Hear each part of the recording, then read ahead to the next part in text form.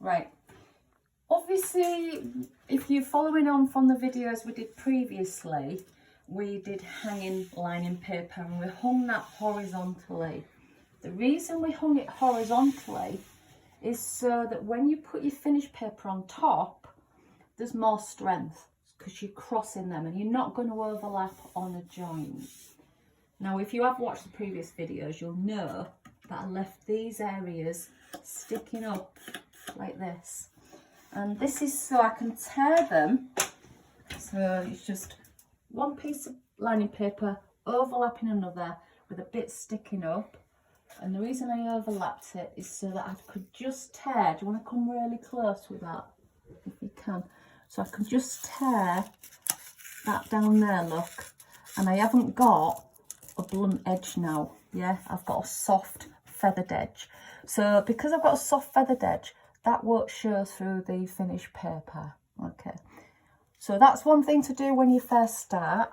Another thing is to just go around and check, because sometimes you might have a little bit, I did put a bit of paste in this one, you might have the odd corner sticking up. There was a tiny bit on this joint. Just put a little bit of paste behind them before you go any further. So I'll tear this one, and the reason we line is generally because the wall underneath might be porous in some places, it might be shiny, it might be a little bit rough. So what you do with lining paper is you're making the whole wall the same absorbency. So you're making the wall all the same for your finished paper, so you're giving it the best base you can. So that's why we line. So one more. Crazy man over with my steps here.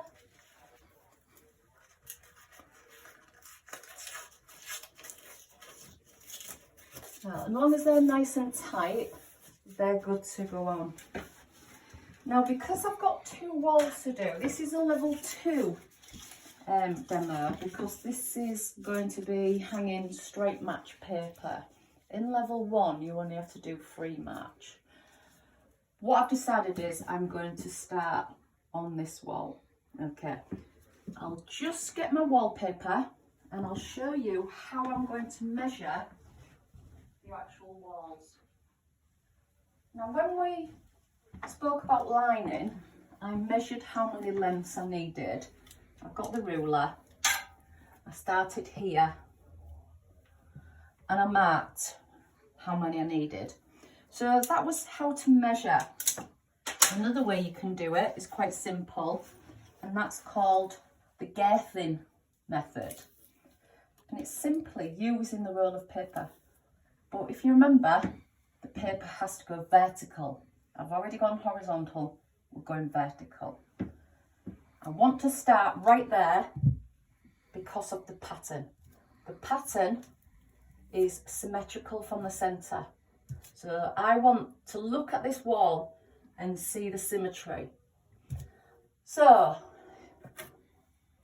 that's one piece. Now I know I'll need another full piece for there. There's 2. I'll need another full piece for there. The next bit will only be a short piece. I'll need another full piece for there, but it does go around the corner a little bit, so I'll just go there. I need another full piece for there, and there. So it actually works out at 6.5, but obviously I'm going to cut 7 lengths. 3 for that wall and 4 for that wall.